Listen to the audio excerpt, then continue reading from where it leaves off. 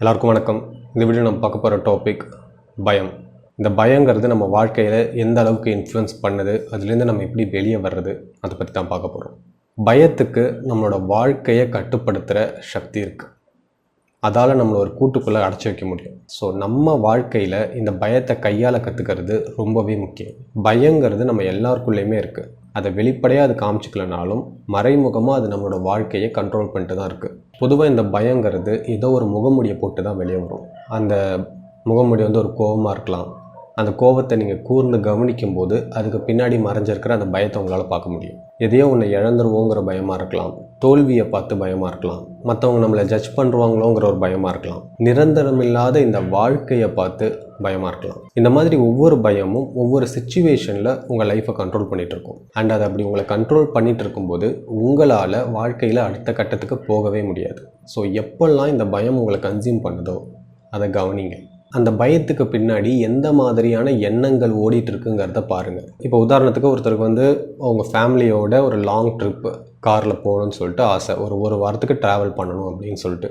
ஆனால் எப்பெல்லாம் அந்த எண்ணம் அவருக்கு வருதோ அப்போல்லாம் அவருக்குள்ளே ஒரு பயமும் வருது. அந்த பயத்துக்கு பின்னாடி எந்த மாதிரியான எண்ணங்கள் ஓடிட்டுருக்குன்னா, நம்ம காரை சேஃபாக ஓட்டிடுவோமா, ஆப்போசிட்டில் வர்ற வண்டி மேலே மோதிச்சுன்னா என்ன பண்ணுறது, காரில் போயிட்டுருக்கப்போ பாதையை பிளாக் பண்ணி யாராவது வழிப்பறி பண்ணிட்டா என்ன பண்ணுறது, மலைப்பகுதிகளில் ட்ரைவ் பண்ணும்போது ஏதாவது பாறை வண்டியில் விழுந்துருச்சுன்னா என்ன பண்ணுறது, காட்டு பாதையில் போகும்போது யானை குறுக்க வந்துருச்சுன்னா என்ன பண்ணுறது. ஸோ இவருக்கு எப்பெல்லாம் ட்ராவல் பண்ணுங்கிற அந்த ஆசை வருதோ அப்போல்லாம் அவருக்குள்ள ஒரு எக்ஸ்பிளைன் பண்ண முடியாத ஒரு பயமும் பயங்கரமாக ரைஸ் ஆகுது. அண்ட் அந்த பயத்துக்கு பின்னாடி இந்த எண்ணங்கள்லாம் ஓடிட்டுருக்கு. ஸோ இந்த மாதிரி உங்களோட பயத்தை நீங்கள் கவனிக்கும்போது நீங்கள் ஒரு விஷயத்தை பார்ப்பீங்க.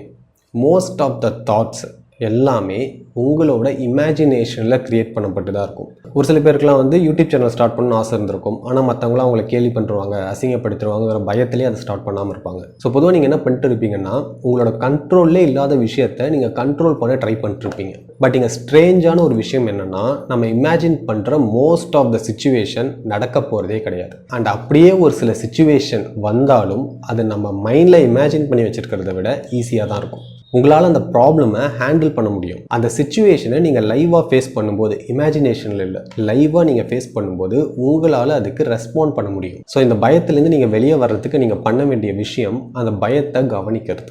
எப்படி அந்த பயம் உங்கள் வாழ்க்கையை உங்களோட ஃபுல் பொட்டென்ஷியலுக்கு வாழ விடாமல் தடுக்குதுங்கிறத நீங்கள் பார்க்கணும்.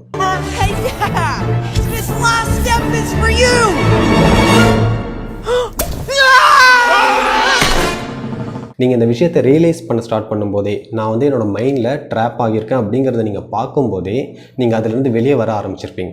ஏன்னா உங்களோட எண்ணங்கள் தான் உங்களுக்குள்ளே அந்த பயத்தை க்ரியேட் பண்ணிகிட்டு இருக்குங்கிறத நீங்கள் அந்த விழிப்புணர்வுலேருந்து பார்ப்பீங்க. ஸோ நீங்கள் பயத்தில் ட்ராப் ஆகியிருக்கிறது பிரச்சனை கிடையாது, நீங்கள் பயத்தில் ட்ராப் ஆகியிருக்கீங்கன்னே தெரியாமல் இருக்கிறது தான் எங்கள் பிரச்சனை. ஆனால் அந்த பயத்துக்குள்ளே நீங்கள் அவேர்னஸை கொண்டு வரும்போது உங்களுக்கும் அந்த தாட்ஸுக்கும் டிஸ்டன்ஸ் க்ரியேட் ஆகும். அண்ட் உங்களுக்கும் உங்கள் மைண்டுக்கும் இந்த டிஸ்டன்ஸ் க்ரியேட் ஆகும்போது உங்களால் இப்போ சூஸ் பண்ண முடியும். அந்த சாய்ஸ், அதுதான் ஃப்ரீடம். உங்களோட வாழ்க்கையை நீங்கள் எப்படி வாழணும்னு நினைக்கிறீங்க அப்படிங்கிறத உங்களால் சூஸ் பண்ண முடியும். ஏன்னா இப்போ நீங்கள் கண்ட்ரோல் இருக்கீங்க. இதுக்கு முன்னாடி அந்த பயம் உங்களை கண்ட்ரோல் பண்ணிட்டு இருந்துச்சு. ஸோ நீங்கள் ப்ரெசன்ஸை கண்டினியூஸாக ப்ராக்டிஸ் பண்ண உங்களோட பயம் கொஞ்சம் கொஞ்சமாக குறைஞ்சிக்கிட்டே வரும். ஸோ இந்த ப்ரெசன்ஸை எப்படி நம்ம ப்ராக்டிஸ் பண்ண முடியும் அப்படின்னா, மெடிடேஷன். இங்கே ஏகப்பட்ட மெடிடேஷன் மெத்தட்ஸ் இருக்குது. பட் மெடிடேஷனோட கோர் ஒன்றே ஒன்று தான். நீங்கள் இங்கே இப்போது கம்ப்ளீட்டாக இருக்கணும். ஸோ உங்களுக்கு கம்ஃபர்டபுளான ஏதோ ஒரு மெடிடேஷன் மெத்தடை எடுத்துக்கோங்க. அதை ரெகுலராக ப்ராக்டிஸ் பண்ணிட்டு வாங்க. ரிசல்ட்டெல்லாம் உடனே எனக்கு தெரியணும் அப்படின்லாம் பார்க்காம கொஞ்சம் கொஞ்சமாக அந்த ஹேபிட்டை பில்ட் பண்ணிட்டு வாங்க. இது ஈஸியாக இருக்க போதுன்னா நான் சொல்ல போகிறது கிடையாது. இது ஒரு ஜேர்னி. அந்த ஜேர்னியை நீங்கள் ஏதோ ஒரு பாயிண்டில் ஸ்டார்ட் பண்ணி தான் ஆகணும். அதை நீங்கள் இப்போ ஸ்டார்ட் பண்ணுறது பெட்டர். ஸோ ஒன்ஸ் நீங்கள் ஸ்டார்ட் பண்ணிட்டீங்கன்னா உங்களுக்கு தேவையான இன்ஃபர்மேஷன், கைடன்ஸ் இதெல்லாம் உங்களை தேடி வர ஆரம்பிக்கும். இந்த இன்ஃபர்மேஷன் நம்மக்கிட்ட சின்ன வயசுலேருந்தே மேபி இருக்கலாம், இல்லை நிறைய இடத்துல நம்ம கேள்விப்பட்டிருக்கலாம். பட் அதை நம்ம டே டு டே லைஃப்பில் அதை ப்ராக்டிஸில் கொண்டு வந்தோமாங்கிறது தானே விஷயம். ஸோ ஒன்ஸ் நீங்கள் அதை கொண்டு வரும்போது நீங்கள் அந்த சேஞ்சஸை கிளியராக பார்ப்பீங்க. ஸோ இதான் இந்த வீடியோவில் உங்க கூட ஷேர் பண்ணிக்கலாம்னு நினச்சேன். தேங்க்ஸ் ஃபார் வாட்சிங். I see you next video. Bye.